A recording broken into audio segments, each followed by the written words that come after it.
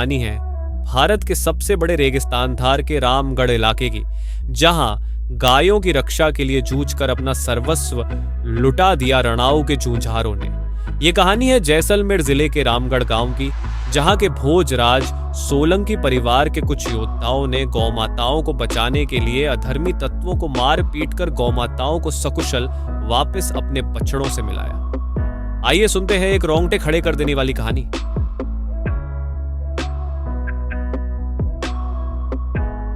रोज की तरह गांव में शांति थी। बुजुर्ग लोग सुबह सुबह कोठड़ी में बैठे रियाण का आनंद ले रहे थे। कोठड़ी के चबूतरे पर हिंदू ढोली प्रभाती भजन गा रहे थे। कई नौजवान साटिका कुएं से पानी निकालने के लिए अपने ऊंट तैयार कर रहे थे। इतनी देर में खबर आई कि गांव की गायें जो सुबह ही घर से निकली थीं, उन्हें सिंध के डकैतों द्वारा लूट लिया गया है। गांव में आग की तरह यह खबर फैली।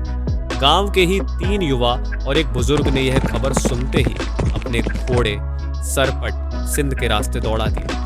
नंगी तलवारें लिए 4 योद्धा, जिनके सिर पर केसरिया साफे बांधे हुए तूफान की गति से सिंध के रास्ते की तरफ जा रहे थे। एक योद्धा ऐसे जिनके केसरिया साफे के नीचे कानों के पास सफेद बाल दिख रहे हैं।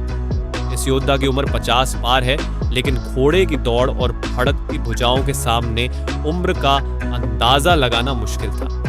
बाकी तीनों योद्धाओं में एक की उम्र अभी केवल 16 साल की है, जिसकी मूंछें भी अभी नहीं आई हैं, लेकिन सिर पर बांधी हुई केसरिया पगड़ी और बिजलिया बाट की तलवार के साथ उसका घोड़ा बाकी घोड़ों से आगे निकलने के लिए मचल रहा था। यह अद्भुत दृश्य था। सबसे छोटा कह रहा है कि काका, पहला घाव मैं लूंगा। चाचा मंद मंद मुस्काया और मन ही मन मातेश्वरी घंटियाल से भतीजे को यशस्वी होने के आशीर्वाद मांगने लगा। धन्य हो राजपूतों, धन्य है तुम्हारे माता पिता, जिन्होंने तुम्हारे अंदर गौ रक्षा के लिए इस तरह मर मिटने जैसे भाव को पैदा किया। लड़ाई शुरू हो चुकी थी। दुश्मन और घोड़े काटे जा रहे थे। गायों को लूटने वालों का सामना आज 1.25 शेरों से हुआ था। ऐसा भयंकर संघर्ष हुआ कि जिसने सुना वो हैरान रह गया।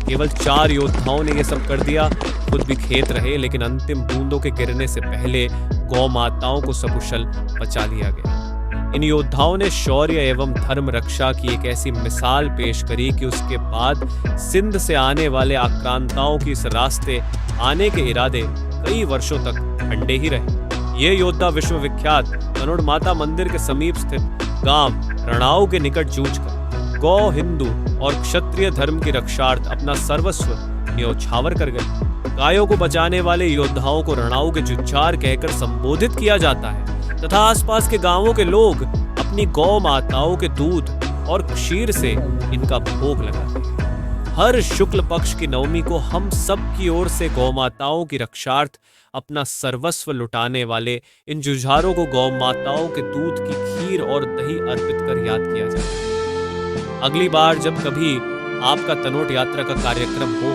तो रणआऊ गांव पहुंचकर इन वीरों की देवली के दर्शन अवश्य करें।